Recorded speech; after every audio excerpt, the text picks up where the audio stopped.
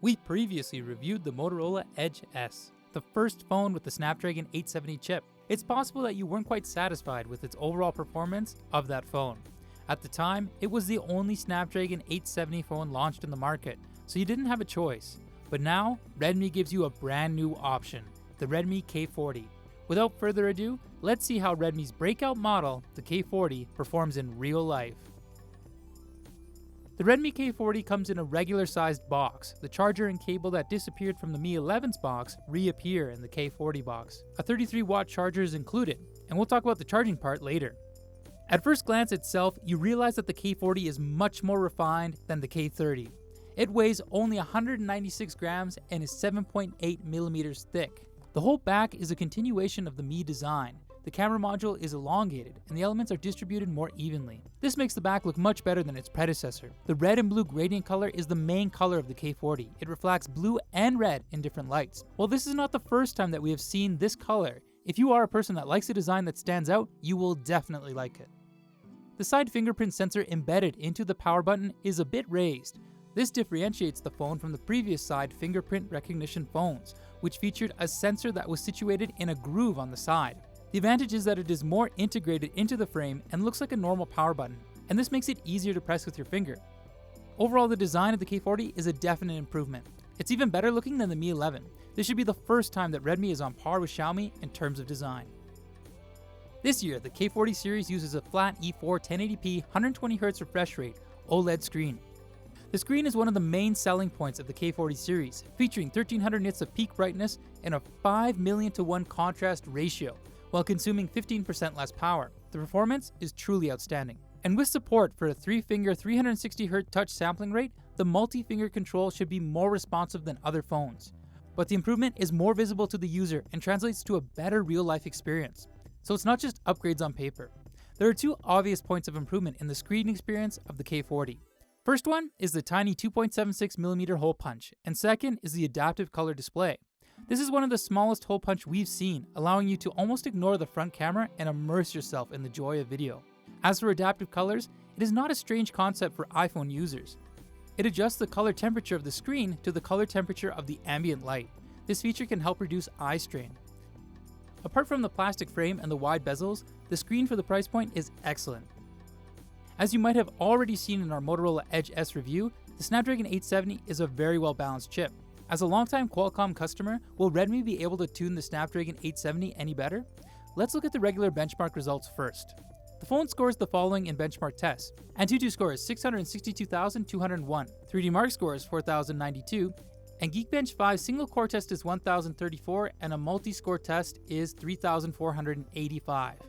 We can see that the K40's peak performance tuning is similar to the Edge S.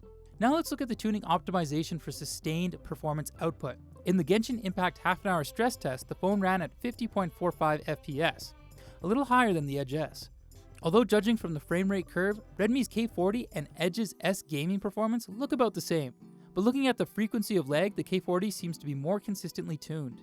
Now let's take a look at the Brightridge 20-minute test in which the K40 got an average of 42 FPS.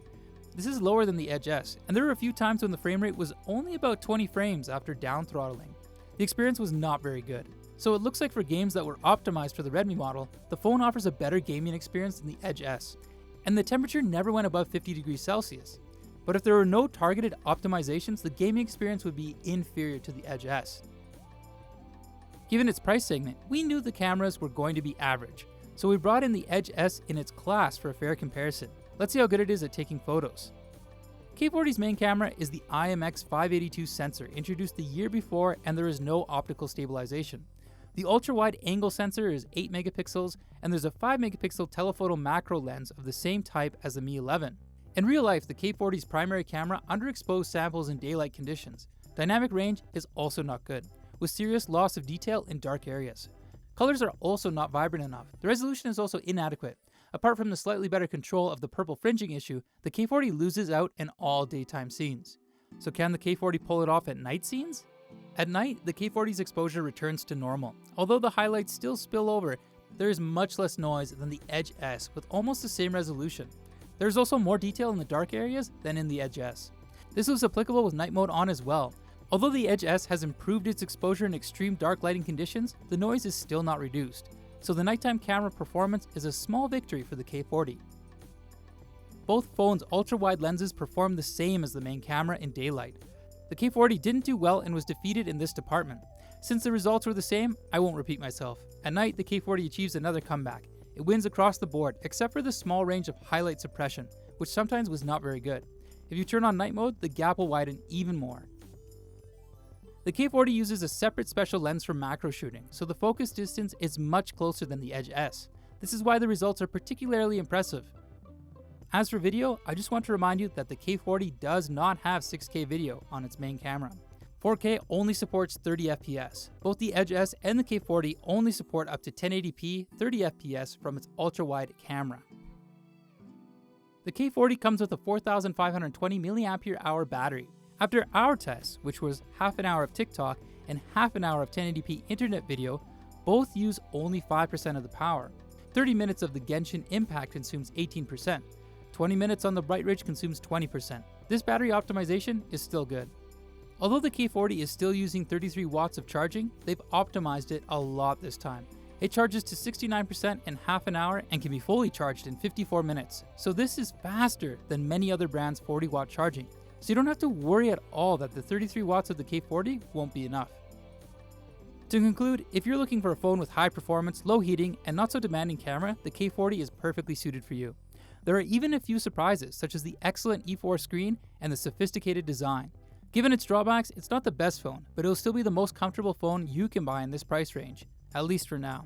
There have been a lot of new phones recently, so the competition will definitely get tougher in the coming months. Thanks for watching. Please don't forget to subscribe to our channel and keep following us. This is Kieran from Gizmo China, and we'll see you soon.